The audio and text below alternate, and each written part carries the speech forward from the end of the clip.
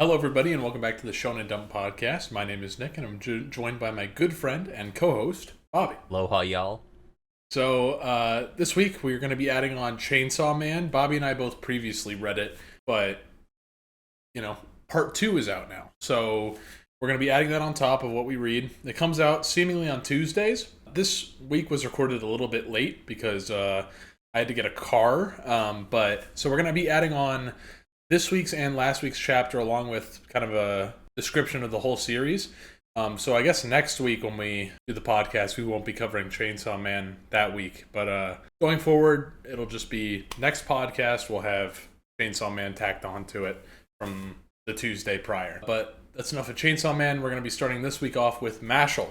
It was a fine chapter. I liked it. Like, I liked the first part of it, like, specifically. Like, it was pretty good. As soon as it gets serious, Mashle doesn't really hold my interest too much, but the start where where he gets like congratulated on doing a good job, I was kind of there for that one. But the stuff with the big hair, red hair guy, I'm just not a big fan of all that. Like the cats or the bugs, man. Yeah, no, not really. But the end, Ash's love interest shows up, and she's gonna do something. Ash's key is still not able to be turned. Literally, what can she do? Like, what does she do? Anything? This is gonna be her moment, her like only moment. I don't know if she's done anything in the series so far, but this might be it. Might be your time to shine. Yeah, maybe. I mean, I know last week, right? I was saying that my expectation was kind of be Mashle is kind of ending, so I would assume that there's going to be like a last hurrah, like a last like set of moments for each of the main characters to have a little bit more development or like kind of finish their character arcs. Like I think Rio got that this chapter. The red-haired guy, I don't know what he's going to get out of it, but it looks like they're setting up all the matchups, like the final matchups for all the characters right now. So definitely, the chapter kind of set that up. I just don't, like they did the key turn joke again, and man, what does this girl do, man? I don't know. Is she gonna get a moment somehow like this? Maybe. I don't know. I just want to see Mash. I think we actually have a lot more time to wait for that one, actually. The way it's been kind of stretched out, I feel like it's just gonna go on forever. At this point, yeah, we got I feel like we've got a lot more, which is, not great, but it's fine. We'll make it work. Me and Roboco. I thought it was good. I liked the whole plot line with like the mini Roboco figure being like alive and stuff. I liked it. Yeah, an homage to Toy Story, which is pretty sick. Toy Story is pretty cool, but I just like how at the start of it, Roboco's super fragile ego gets her jealous of a toy. Yeah. I love that, like, really, like, fragile ego, as you put it, like, of Roboco. I think it's just so funny that a character as beloved and, like, appreciated as her in universe has just such, like, insane self-consciousness. It's, like, pretty funny. Enough to have her own action figure. Yeah, exactly. She's that loved, I also really like the reference, to the models. Yeah, like the robot figures that also exist, like Evangelion and Gurren Lagann, both incredible anime. Super glad to see those like get some recognition. A little different from usual, because usually they try to keep the references Shonen Jump, but this is expanding out a little bit now. So the end of the chapter, Roboco turns small and kind of has a pissing contest with her toy version, and they join together to save Bando's manga that he recently purchased, which he left sitting near an open window, and it's raining. And the toy Roboco sacrifices herself, and Roboco like, no! But it turns out she's just in the yard and she's a little dirty. And now Roboco's happy that she's back and Bando found her. Yeah, definitely want to see if that ever comes back into play. The mini Roboco. Mini toy Roboco shows up again. That'd be sick. Yeah. Metal Roboco. They even gave her a name, dude. Like, yeah. One thing I want to point out though is when talking about how you can change the toy's expression, I love the sobbing face so much. Oh yeah. The little like it's so face. The puckered mouth just cracks me up. It's very funny. Yeah, no, this chapter was fantastic. I liked all of it. Like usual, this is just solid gold. Yeah, really good stuff. I really liked. It was just really funny when Bondo was listing all of the aspects that the Roboco could do, because the real Roboco is just kind of like, oh well, she can't do this, she can't do that, and Bondo's like, actually she kind of can. Well, She absolutely yeah, she can. You can have her like reading manga, like she has a pose for that. And it's like, huh? And so the threat to the real Roboco is, I'm gonna get replaced by this smaller thing, and like the whole like cell phone thing, like, ooh, phones are getting thinner, like, you can't compete. And I was just like, oh my god, they find the best ways to just like find the right analogies to make things like just so funny. Aliens area. Fight's done. It was. It's not an arc like we thought it was going to lead into. It's just over. Yeah, kind of. It was kind of cool that the one guy was like combining the powers, I guess. I don't understand why that was impressive. Wouldn't that just be a thing you do? Yeah, I mean, I guess it's like kind of normal, but we haven't seen anything else that was particularly impressive so far. So this is like kind of the most impressive thing, but like it's by default, I guess. Maybe like in universe it's impressive, but to like me in the real world, it's like, oh, he just used two things together. Yeah, like I'm just like he like, probably would do in anything else. I don't know. Honestly, like in my mind, I'm like, why do you even need to have the zero gravity on to do what you just did? Don't you just need to be really fast? Like, I don't know. Whatever, man. We learned a little bit of plot that the guy also has the same implant as our main character, dark cells. Yeah, just literally gave him a BS name because they were like, yeah, science gives BS names all the time. And I'm like, okay. All right, whatever. We're going to work together now. Princess and this butler guy are going to live in a apartment now, and he's using a skin suit that looks terrifying. And main character and the inspector are just drinking coffee together on the rooftop. Yep. That's I don't know. Nothing special. Kind of feels... Yeah, I kind of want to wonder, like, this series, is it popular at all? Like, who's really enjoying this, really? I mean, like, I'm sure someone out there is, like, a big fan of Aliens area so far, but, like, numbers-wise, like, is this being received well? Like, I feel like it's too early to know something like that. I mean, only 7 chapters out. 7 chapters in, but, like, I feel like you can usually get a feeling, and I feel like I'm not getting the good stuff from this.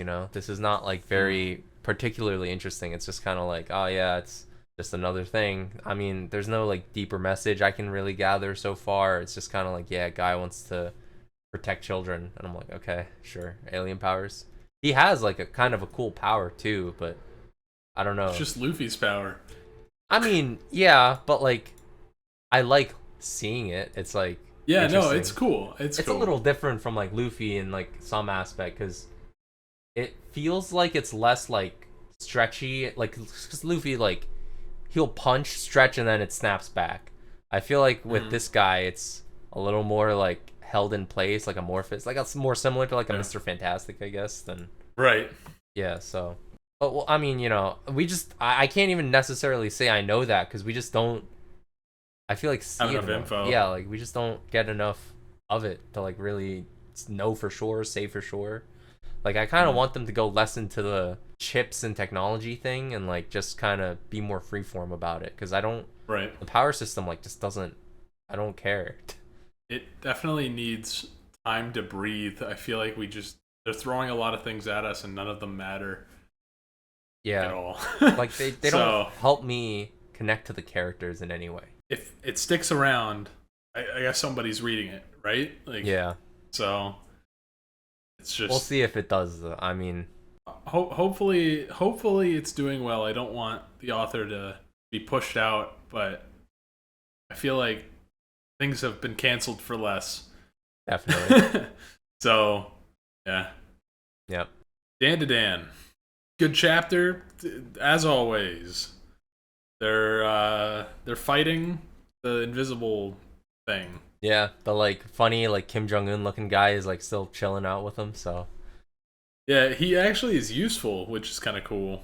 Yeah, Didn't expect him to amount to anything. Is he gonna be a new ally that's there more often? That would be terrifying if this character like suddenly just becomes part of the main group.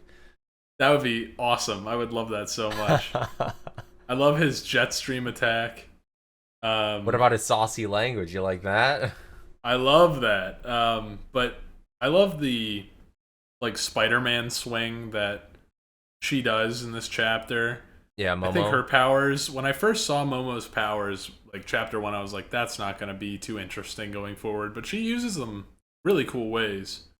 So I was wrong. I was dead wrong about how that would be shown off. But Okarin doing his speedy nonsense, and they formulate a plan thanks to the like pervert saucy language student to like see him from 3 different angles, and they almost get him. Or did they get him? Oh, she got the ball. Get him. Yeah. So she grabs him in place, and then they kick him through a wall, and it looks like Godzilla or something. Yeah, it looks like some weird like dinosaur. Like there's like grass and stuff, maybe some mist. And I'm just like, this is in the side of an apartment building. Like, I don't know. Do we know where this is? Like, is this a special location that we know of? I think they kicked them out into like a yard type area. Oh, I see. Yeah. Yeah. It's like split. But regardless, like it's like, what is this doing here? You know? Yeah. That does not look like the size I would expect from what they were showing. Like from the invisible monsters like height. I did not expect like that. But no, this is intriguing. He's finally gonna get his ball back, maybe. It'll be nice. Yeah, I'm definitely interested to see what happens. It was like I wonder what conflict they'll come up with after he retrieves his testicles.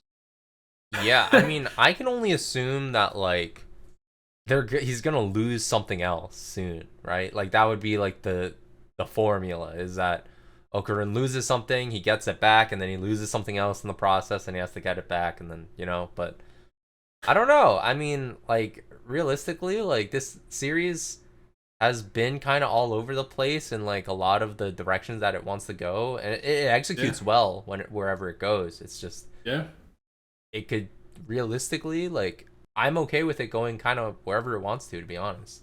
Yeah, no, this like I have complete faith that wherever it will go, it's gonna be fantastic. One Punch Man.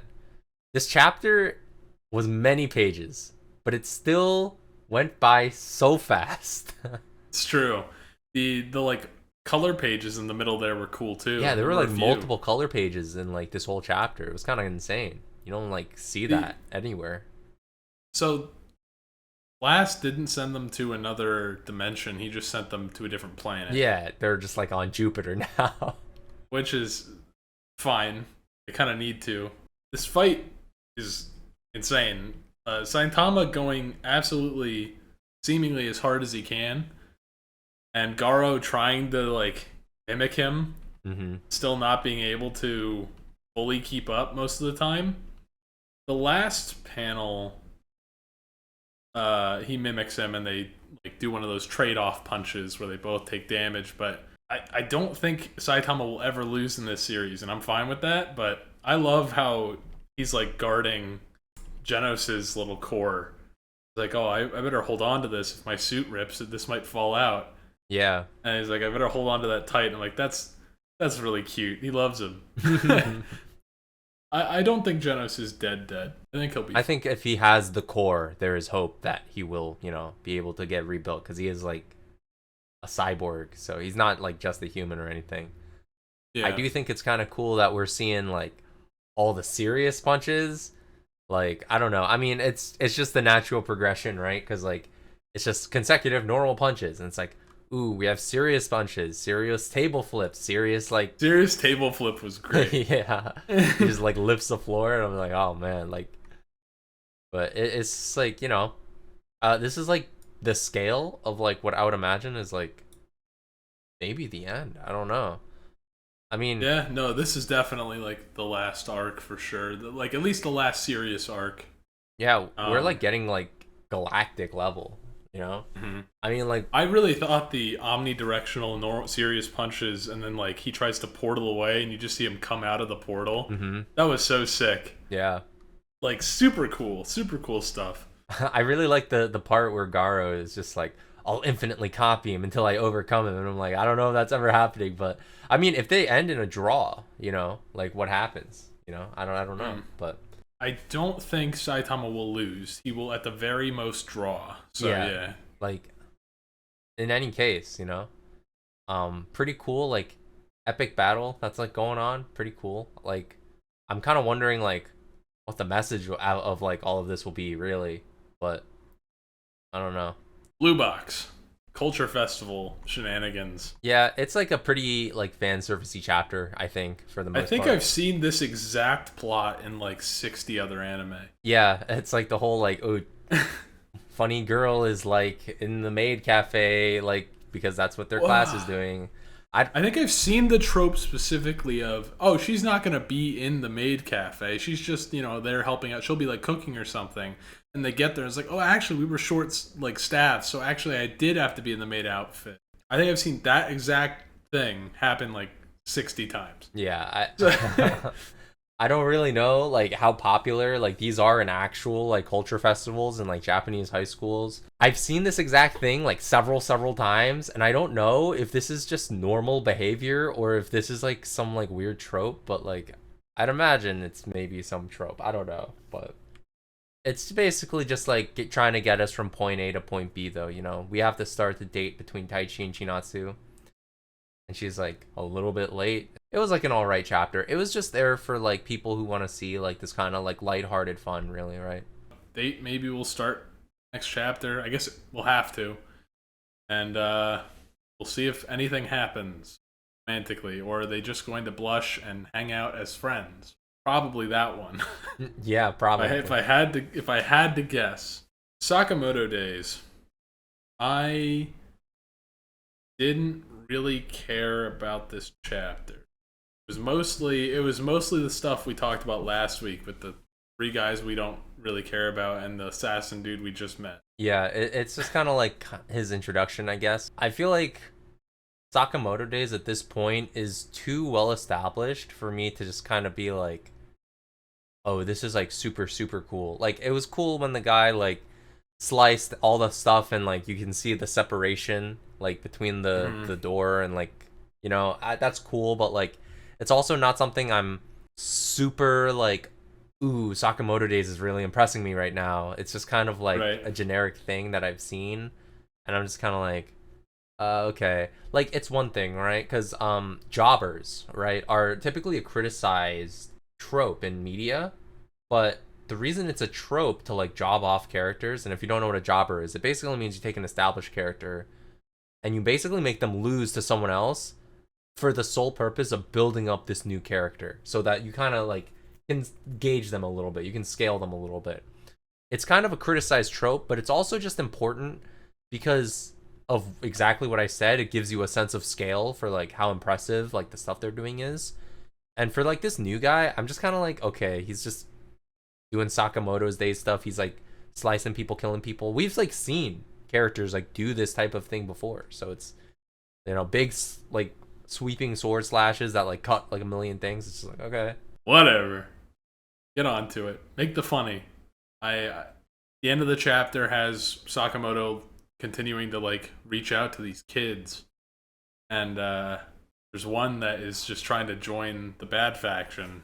Yeah, I mean, he's not, it seems like he's more of a reasonable person than they may have let on, because it seemed like he was kind of a radical kind of guy, but it seems like he's more like reasonable than we think. But he does talk to like the deer guy. Yeah, like the deer guy. So I don't know. I mean, he almost seems like he's just a dumb impressionable kid now, as opposed to like some like radical idealist. I just can't really bring myself to care too much about this little storyline.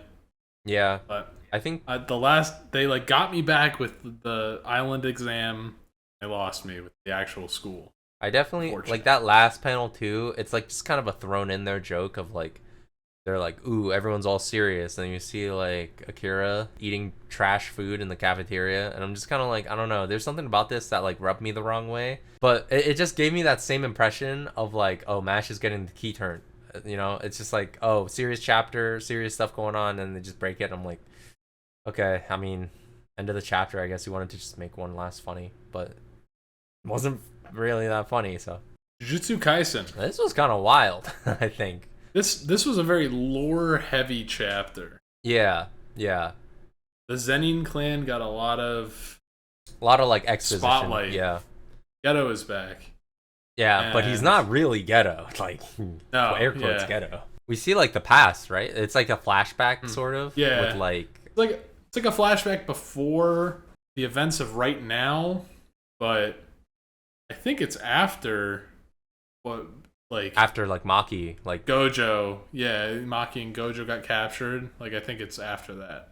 But the worm gets revealed at the end of who the worm was. Yeah, I was kind of on point. I gotta give myself a little bit of credit because I did say that the Zenin clan seems to have like this association with worms, and it is, you know, it is that guy. It's Naoya. So Naoya, yeah. I guess he wants revenge because Maki kind of wrecked the whole clan.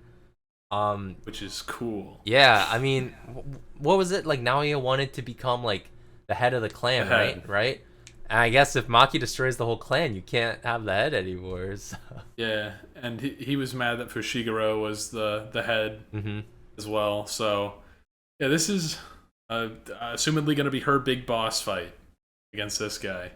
Yeah, and I don't like this guy, so I hope she completely demolishes him. Yeah, he's really like, I mean, he's built to be hate, right? He's like, he's literally like made to be hateable. So definitely gonna be, you know, I mean, I would imagine that like this should be pretty free for Maki, but I mean, I guess I don't know how. I mean, this guy's strong, but like Maki's like on the Toji tier right now, like so presumably. This is gonna be absolutely free. I think this is supposed to be her like squash fight. I think she's going to like, he's gonna underestimate her and she's just gonna obliterate him, and it's gonna be great. Yeah, I love to see that. You know, fantastic chapter. Finally getting consistent good stuff now that confusing fight is over. Yeah, we can move that. We can move that past this. All the crazy hype nonsense of like Maki, you know, becoming insanely like powerful is gonna now come to fruition here in the Culling games, which the power level of this arc seems to be establishing itself as extremely high, which is kind of strange because we haven't seen Gojo at all, but we've seen Hikari, we've seen Okotsu, now we're gonna get Maki. And so it seems like the power scaling is like just kind of jumping up even further in Jujutsu Kaisen now. And it feels like everyone is going. It's not just Yuji, like 3 other guys. It's like everyone is coming with them, and I think that's kind of neat. Everyone has a role to play. Panda kind of got taken out of the. Yeah, he got kind of. He was a jobber. He got jobbed. Yeah, he's still around though. As like a little chibi. Yeah. Form, so he gets to be the mascot now more so than he used to. Yeah, I mean, I wouldn't be surprised if he just needs more stuffing and then he's just back in shape or something. But you know, it's like a shonen protagonist in Meat. He just needs to get a bunch of stuffing and then he's all good to go. Yeah, exactly. Akane Banashi. She got received very well. Yeah, very, very well actually. It was almost a little bit more than honestly I was expecting, but it seems like she was a really, really up there performance. So much so that like the senpai character was kind of starting to doubt that Akane could win actually a little bit. Yeah, or at least was thinking that she would be upset and like sad, right? Like off her game or nervous, yeah. But Akane's freaking handling it like a champ. It was great to see that she's just like, "What? Wow, that was cool. I like that. I'm gonna go do my own now." I actually I love the part where he's talking to her and she was basically like, "Yeah, like my emotions were a mess." I really like the panel where she was like tying up her hair because it's kind of like, you know, symbolically showing like I'm getting this under control, like, you know, not that her hair is like particularly unwieldy, but like, you know, when she's tying it up, it's like she's like, you know, getting some controlling her emotions, because it's less of like the personal grudge of I want to avenge my father, and she's like kind of stating, I just want to be able to move forward. I want to understand so I can, you know, keep going. And I'm like, oh, that's, I really, really appreciated that distinction. Yeah, that was a sick message. The whole chapter was really sick. Just her, it was kind of just like build up. Like everyone's gonna underestimate her. Everyone's like going to the bathroom and like saying like, oh, like high school girl's going up next. Poor thing. I think she's gonna crush it. I think this is gonna be like her best performance. Yeah, I think it's got to be something real good because I'm super excited. I think she's going to crush it. Everyone's gonna love it, and maybe she will get a bad score from the guy. That would be quite.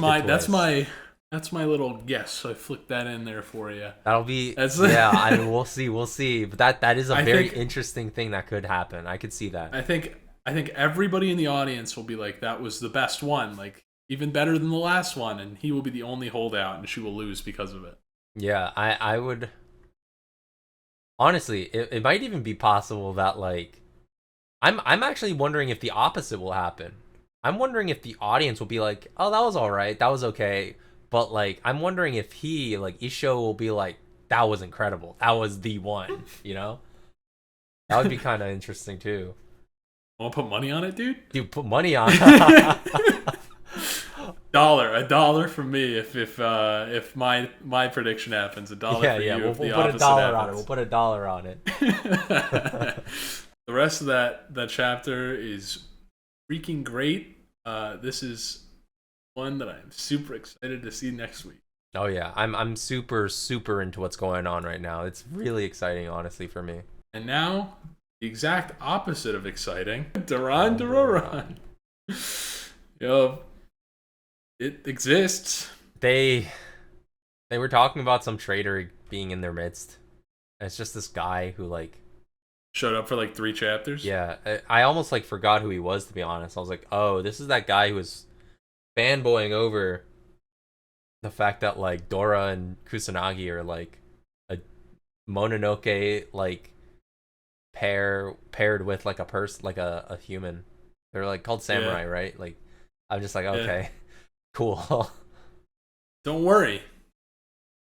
They save him in like 3 pages. Yeah, he's not even really a traitor. He's just possessed because and they save him. Yeah, he got possessed because this Mononoke was jumping from person to person. It's like, I don't even know. It would be one thing, right? Because you could even say there was a setup here for this character, and I know that it's kind of useless to try and rewrite someone else's work, but it's just frustrating to me that they had this character who is super into the idea of like, oh, Mononoke and samurai working together, like that's so cool. And so if he had been the traitor and he was like, hey, I really don't like the idea to exterminate all the Mononoke, I think we need to find a different way. It was so easy because that's like the type of character he was established to be. But no, he's just possessed randomly by. He could have invited in that Mononoke to possess him. Yeah, that could have been something too. He could have had something like that happen too. But no, it's just this Mononoke happened to accidentally like take him over, and it's just like, oops. This was like the perfect setup to have another character who's working with a Mononoke, but directly opposed to the main characters. That would have been a cool setup. Nope. But no, we have the Phantom Command, or as I like to call them, the Funny Brigade. They look really stupid, all of them. Skull Guy looks kind of okay, but the rest of them look really lame. Yeah, I mean, oh man, dude. I don't know. I mean, they're breezing through, like, I feel like a lot. Yep. I feel like there's story beats that are occurring, but I feel like they're not being elegantly set up, and it's just kind of a little bit frustrating. I don't know. At this point, like, at first I was just kind of like, yeah, I've seen this before, but it's like, okay, I guess. And then at this point, I'm just kind of getting frustrated at like the missed opportunities, because like things are being set up, they're just resolving in like really like unsatisfying ways. It doesn't make sense to me. Like let's take all like external factors out, right? Because you had hypothesized that Ayashimon might have ended because the author wasn't really up for the weekly process, which, all right, if that's the case, like literally nothing could have been done there. But I just feel like those two started a week apart, and we lost the one which was way more interesting and had more to say. Yeah. And that's just like, I don't know, it's a big bummer to me. I did like Ayashimon. And so now I'm reading the way less interesting one that stayed while that one left. So it's already kind of like... Yeah, I mean, I think that there might be even... I don't know. I mean, I'm just throwing out more theories at this point. I'm just spitballing more ideas. But I guess, like, you could argue that the setting of Ayashimon was a little too close to Jujutsu Kaisen, and that it's, like, this urban, fantastical, like, type of, setting. And Doron Dororon is more so filling in the shoes of Demon Slayer, which has exited the magazine. Another very generic series with not much to do. Yeah, but so you could maybe Shonen Jump needs something like that. Yeah, maybe they just wanted something like this more because it was on the surface a little more distinct than Ayashimon was, but I mean, when you're actually in the process of reading it, and the sales figures I've seen for Doron Dororon are not doing very well at all either. And so I can't help but think that this series is just it's got to be getting the axe, but I don't know. It's on chapter 31. It just keeps going. Yeah, it's just here on chapter 31, and I'm just honestly a little surprised it even made it this far. Undead Unluck. So Billy's doing things. Yeah, I think it's pretty cool. I kind of like the explanation of everything too, like how his power works. Yeah, he has to get people to not like him or see him as an enemy. Yeah, because it makes a lot of sense, actually. Like, when I think back to the previous fights, like when he was fighting Injustice, and like when they were on like in that snowy area or whatever, and it honestly makes a lot of sense to me how that went down, because I remember thinking it was a little strange at the time, but I just didn't understand what was going on. But now that I see that he actively needs to make people think that he is a threat, I get it now. His idea was he was just going to become super overpowered by making everyone hate him, right? Yeah, and that, like, in retrospect makes that, because I did not like Billy's like heel turn at all. When that happened, I was like, all right, I don't understand. Like, it didn't feel set up at all in my mind, but it was manufactured. It wasn't something that he wanted to do. It was just something he was like, well, I have to do this, so I guess I'm the bad guy now. Yeah. Let's be as villainous as possible, as cartoonishly evil as possible. That was the point. And in retrospect, that's awesome. But at the time, I definitely like hurt my enjoyment back then. Yeah, it would be kind of weird back then, because you remember thinking like, oh, he's like really nice to like Titania, he like has like, he's just like a cool guy who just seems to be like giving genuine advice and like being a good friend to like the people that are there. And you're like, I don't really get it. But honestly, like this turn, I think doing a turn like this is very difficult. I don't think it was necessarily the most well executed ever in this series either, but it makes a lot of sense when you're reading it, and I think that overall makes it pretty good, because it makes even more sense when you think about why he has to reveal that now, right? Like at this point, because the power he wanted, right, would be he wanted the powers of like Undead and Unluck, but like he can't really get those if those characters refuse to hate him, And so now it's like at this point, it's like, okay, well, if Fuko's the one going on the arc, it doesn't matter if I'm the one going anymore. Like, I think Billy's intention would have been, I want everyone to hate me, and then I'm going to go on the arc, and I'm going to be super OP, and I'm going to, like, get it done. But Fuko refusing to hate him basically makes it so he can't get the unlock power, so he probably is not the best fit for it. Fuko, her biggest kindness is Billy's biggest weakness. So the ultimate counter. The ultimate counter, just not being able to hate people. Yeah, but like Billy, he's taking Unruin. He just wipes the floor with them. I think it's hopefully we'll finally be there at the arc. I know I've been a little impatient trying to get there, but honestly, this is a detour I'm very much willing to accept. This chapter made the last chapter, like Billy showing up, I was like, okay, what's Billy gonna do? Whatever.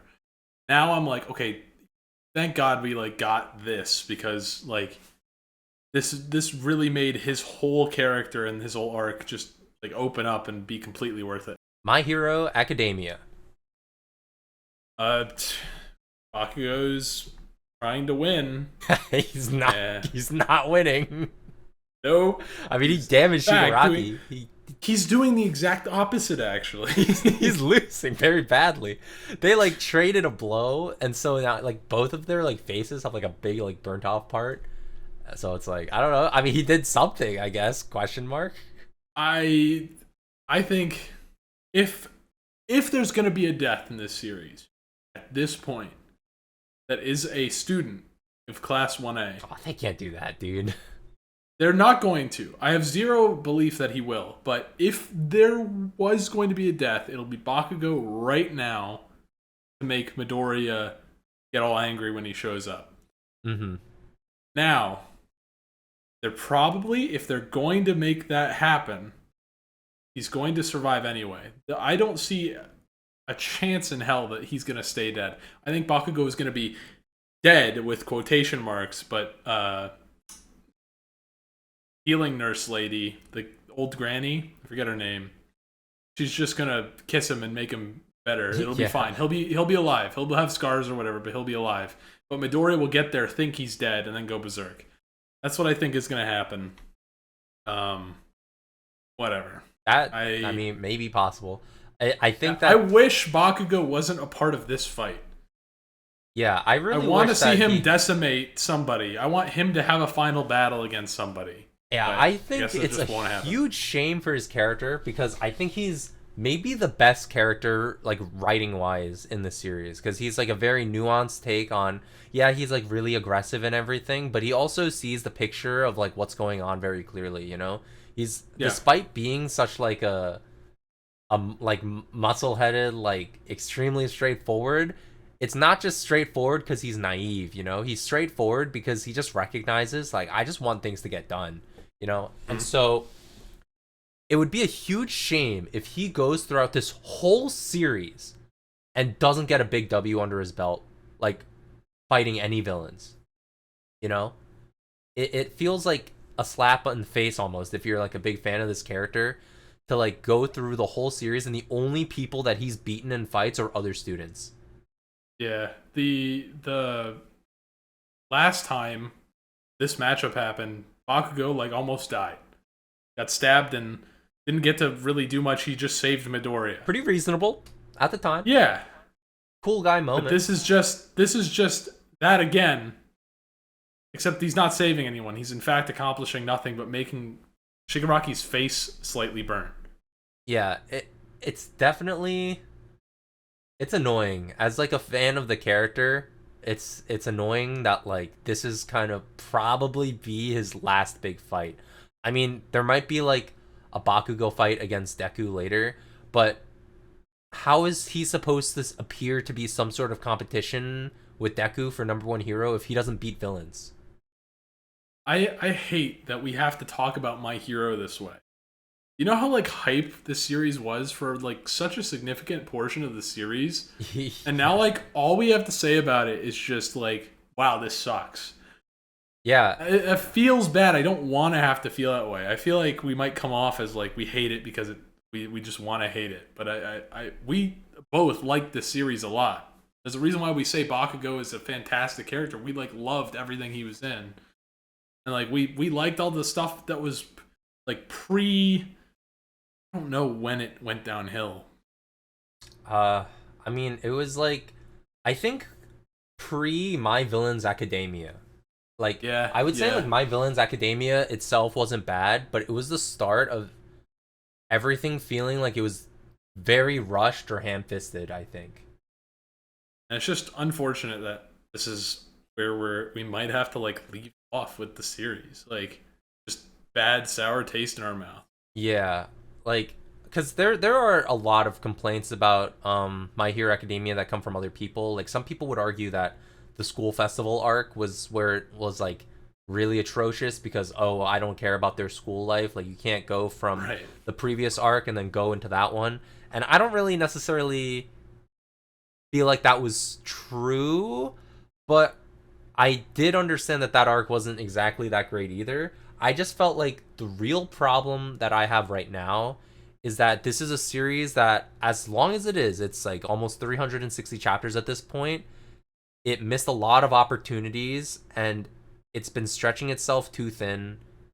And it either needed to cut a lot of the fat or it needed to be a lot longer than it is now. And I feel like it's hitting this really awkward point where things are not resolving at a pace that is comfortable. Like Deku, like getting all his powers so suddenly, like becoming so strong. And like it's also kind of focusing on a lot of external things that to me don't seem like they matter. And it's always been a problem with this series to like focus on too many of the side characters a little bit too much, but I think this is the part of the series where we're really starting to feel the burn from that, because there's so much time not spent developing the main central focus of what the series was supposed to be. That said, though, I mean, I guess the chapter ends with side characters getting their final time to shine, I guess. So I guess instead of instead of Bakugo, they get to have a spotlight. Yeah, I mean, I think this is something that if this podcast had started like 4 years ago, I would have been saying, like, I feel like this series spends too much time on the side characters and not enough time trying to focus on the central plot. And as much as I like a lot of the side characters, like these three guys, like specifically like Sun Eater and Lemillion, I like those two a lot. But did they need to be here? Do they have to be around? Like, they have to be in this fight? Yeah, in this specific instance, I feel like they're here out of obligation, not because the arc demands it. All I want is for him to just take his time, but that's not what he wants. And he's the author; he gets to do what he wants with the series. So yep. I guess we're just at his mercy, and hopefully he takes some time, because he has one of the most popular series right now, and for him to just kind of like shit it out, I don't mean to say make it sound as severe as it is, but just to like force it out as quickly as possible without taking the time that people kind of expect is just a little kind of feels bad. I think Horikoshi, as good as he is at his peaks, I think he's a little too susceptible to fan reaction on a lot of things. And I think that kind of, at some point the story is not what he wants, it's what he thinks people want. And I feel like that's not what makes My Hero Academia good. Super smartphone. Not a lot really happened this chapter, but it was still pretty good. Yeah, I mean, it's kind of like the chapter is basically getting Mora to see the conflict like in a different way, I guess, right? I don't know. I mean, it was okay. I did think it was a little too... This series has always been very wordy, right? Yeah. I feel like this is the first chapter where I feel like not all the words were particularly like utilized well. Yeah. I do think that it's cool that the Mora being so simple is like kind of this weakness of pseudonym. I think that's kind of cool. Like Hugh can't handle the fact that this guy doesn't think well, so like he can't like metagame him. He can't like think, he's thinking this, so I need to be a step ahead. This guy's like 3 steps back, so he's just like, where do I even begin? I think it's cool. I think it's like fine. I just think that this is a little too little for how much I had to read. But yeah, I did like that he kind of adapted to his way of thinking though towards the end. He just says everything will just make sense, just do it. Like look at look at your friend's search history stuff, like, or like text messages, and it'll make sense, just do it. Like, follow me, let's get out of here. Like he stops trying to like get inside his head, like explain reason. He's just kind of being fairly straightforward. Yeah, he's just trying to break him basically. Yeah, because the hitmen come in and Q protects him, and now they're gonna presumably work together from here on out. Presumably, it's gonna be nice. Presumably. Technically, we don't know what Mora is gonna choose to do yet, but I think at this point it would be reasonable for him to be like, okay, I'm just gonna follow you now because I don't have anyone else. He seems very susceptible to just peer pressure in general. So yeah, at least Q wouldn't make him do bad stuff. Yeah. So yeah, at least Q would. If they were to become friends, at least Q would be a real friend for the first time in his life, supposedly. That's pretty sad, honestly, more of his life. Fantastic chapter. Not as great as, like, what came before it, I guess, but... It still did. It's necessary, I think. I think it's still necessary for, like, what we're doing exactly. Yeah, they accomplished a good bit in this chapter. They did what they needed to. I just think the execution is a little bit too... I feel like this chapter could have been handled differently. I feel like this chapter, like the scene of like Mora breaking, I felt like they didn't have to have all the words there, all the explanations. I felt like something a lot more visually inclined would be a lot more emotionally resonant for like us as the audience to like understand his state of mind better. But that's neither here nor there. The series is still doing things that are good, so I'm not gonna harp on it. And finally, Chainsaw Man. So... you've been living under a rock. The series is mega popular. It's not even out yet in anime form, but it's mega popular. Yeah. People are really hyping this thing up, and me and Bobby, we read this pretty much as soon as it came out. We were checking it out. We had this big group book club thing we were doing. Yeah, we were all like reading, and we were all discussing like every week just amongst ourselves. It was pretty fun. But reading through the whole series and then seeing it blow up was pretty cool because it's a great series. But basic premise, that if you don't know what it is Denji, the main character, is a kind of for hire demon hunter, and devils in this world are basically concepts. So like, chainsaw is a thing. Which is it's a thing, and people are afraid of chainsaws from presumably like serial killers or stuff like movies like the Texas Chainsaw Massacre. And so in people's minds, chainsaws are dangerous, and so the chainsaw devil is strong. And it's stuff like that concept. The more something is feared, the stronger its devil will be.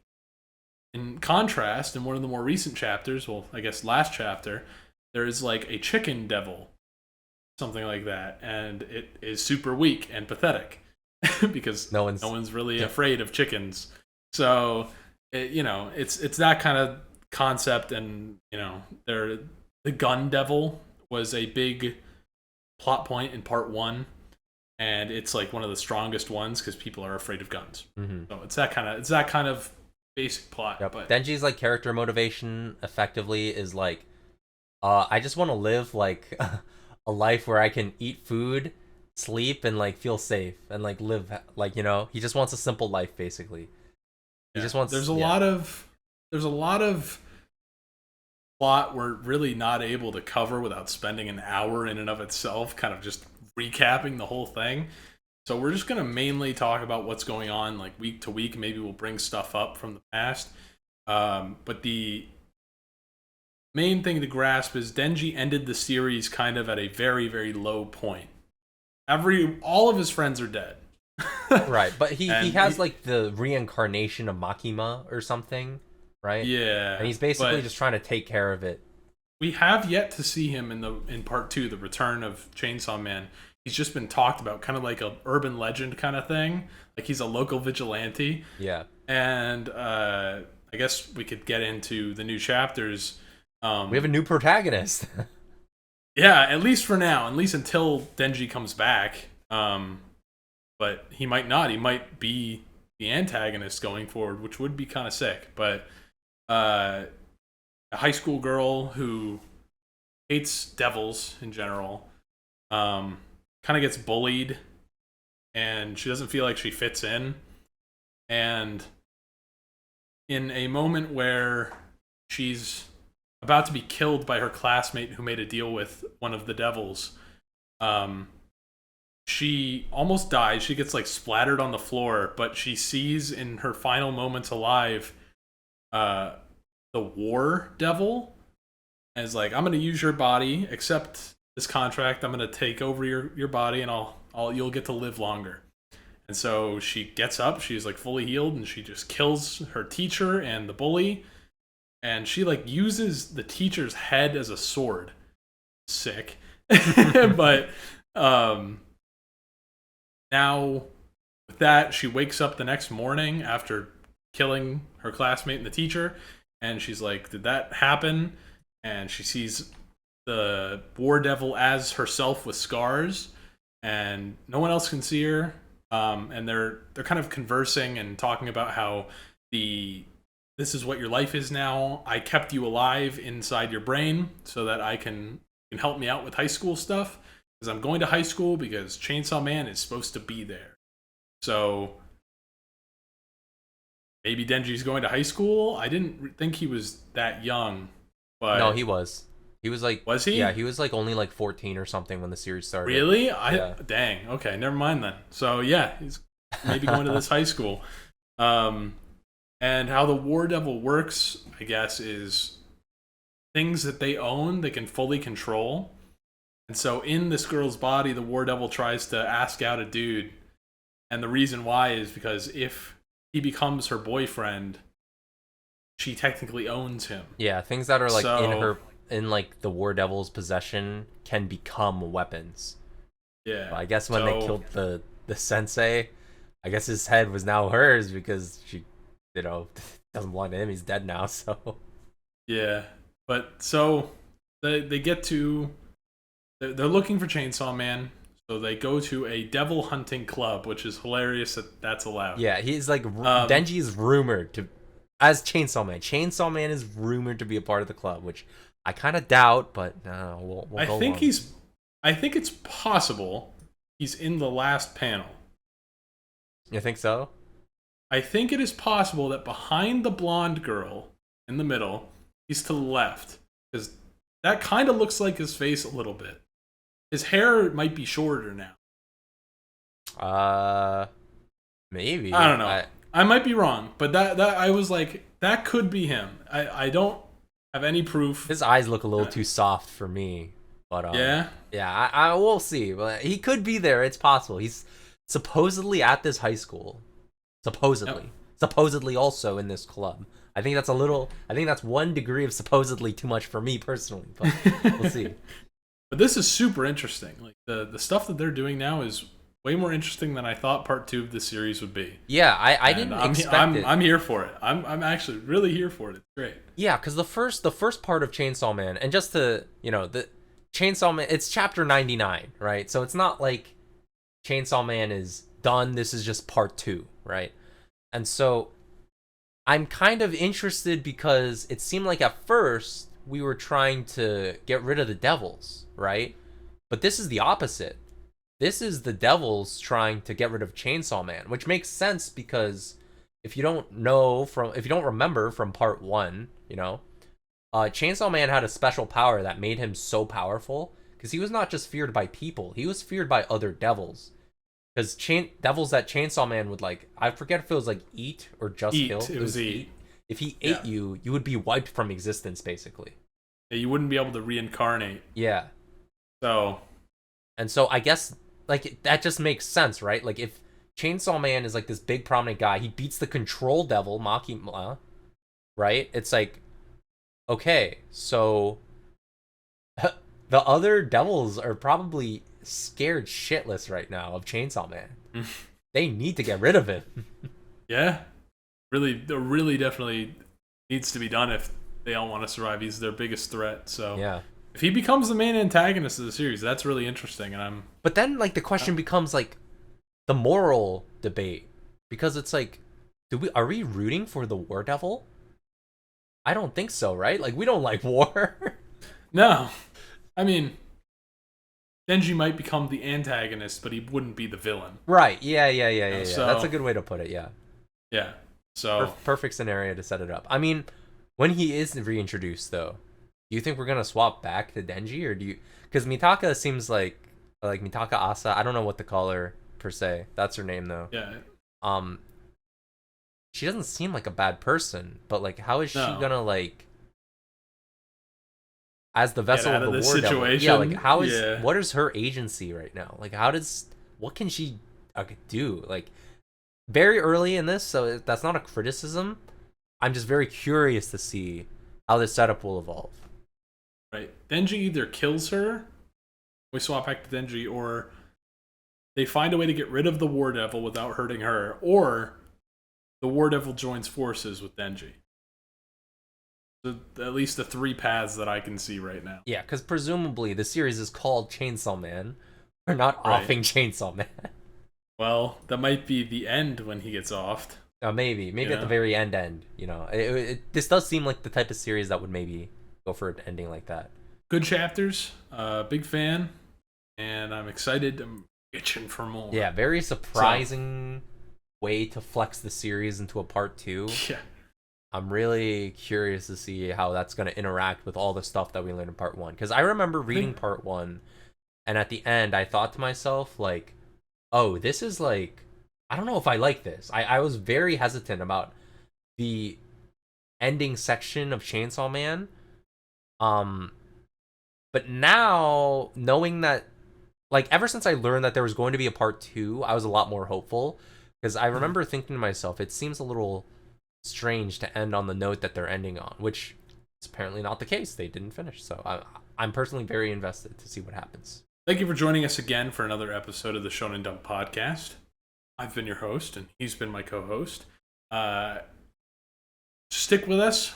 We cover more next week. Like and subscribe. Please leave a comment. And give us more Akane Banashi now. Give us more Chainsaw Man now. Now! Dandadan now! No!